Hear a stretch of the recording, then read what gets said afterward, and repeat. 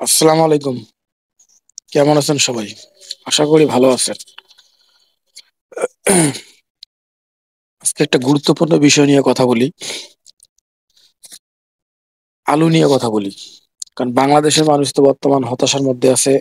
আলু। ইলিশ মাছ যেমন দামি হয়ে গেছে, আলুও সেইরকম দামি হয়ে গেছে। তা কালকে আমি এক ফেসবুকের মধ্যে যে বিষয়টা দেখলাম, ভাইয়ের কথাটা আমার খুব পছন্দ হয়েছে। আপনারা হয়তোবা দেখছেন সেই লোকটার কথাগুলো। যে ভোক্তা অধিকারের লোক যখন এই আলুর সিন্ডিকেট ধরতে গেছে, সেখানে এক আলু ব্যবসায়ী বলছে যে, স্যার দেখেন, আমরা তো কিনে নিয়ে এসে আলু বিক্রি করি। যে দামে কিনে নিয়ে আসি সেই দামে একটু বাড়ায় বিক্রি করি। কিন্তু আসলে এই আলুর সিন্ডিকেটের পিছনে যে কিছু লোক, আপনাদের মতো কিছু লোক জড়িত আছে, এটা তো আপনারা মনে হয় জানেন না। তো আসলে তিনি মূল বিষয়টা একটু খুলে বলছেন যে বিভিন্ন যারা সরকারি চাকরিজীবী আছে, বিভিন্ন সরকারি চাকরিজীবীর আহ, বেশিরভাগ লোকেই তারা এই ধরনের সিন্ডিকেট ব্যবসার সাথে জড়িত। বিষয়টা কিভাবে আমি বলি, মানে উনি যেভাবে বলছে এটা আমি চিন্তা করে দেখছি, কথাটা আসলে বাস্তব ঠিক।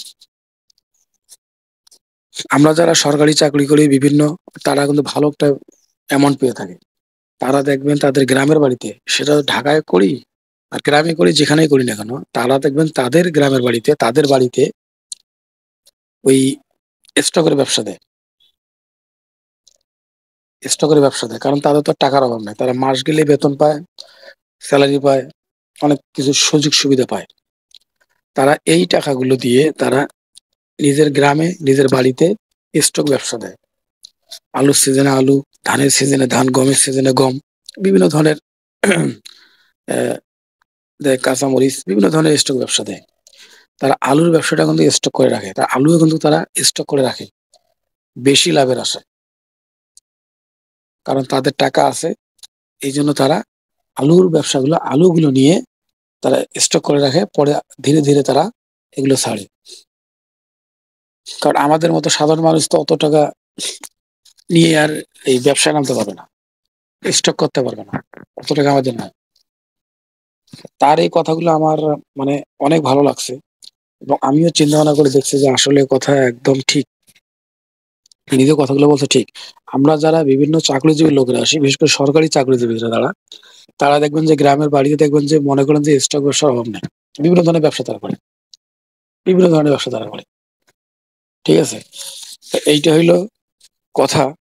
তা আমাদের এবং তিনি আমাদের এই ম্যাজিস্ট্রেট স্যারও যে বিষয়টা, তিনি তাকে একটা ইয়ে দিয়েছেন, সান্ত্বনা দিয়েছেন যে ঠিক আছে, আমাদের যারা গোয়েন্দা বিভাগ আছে, আমাদের যারা কর্মকর্তারা আছে, তারা এই বিষয়টা খতিয়ে দেখবে। তা আসলে ওই ভাইয়ের যে কথাগুলো, আমি 100% লাইক দিই। কারণ এটাই বাস্তব। কারণ তারা তো নিচে এসে দেখে না, তারা তো ভেতরে ঢুকে দেখে না। তারা এই ভোক্তা অধিকারের লোকেরা এবং বিভিন্ন বড় বড় লোকেরা, তারা কিন্তু ভেতরে ঢুকে দেখে না যে কোনখান থেকে সমস্যাগুলো।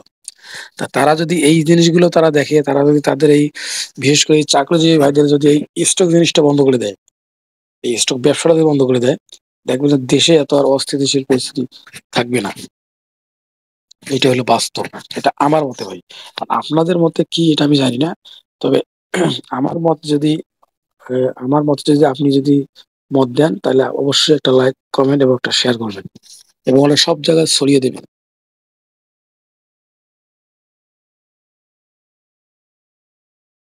দুর্ভোগ দেখার জন্য, জনগণের দুর্ভোগ দেখার জন্য যে এই ধরনের বড় ধরনের সিন্ডিকেট করতেছে তারা, এটা ভাই আসলে সবার নজরে আনা দরকার। সবাইকে এটা বিষয়ে ঝাঁপিয়ে পড়া দরকার। তাই ঠিক আছে, সবাই ভালো থাকবেন, সুস্থ থাকবেন। খোদা হাফেজ।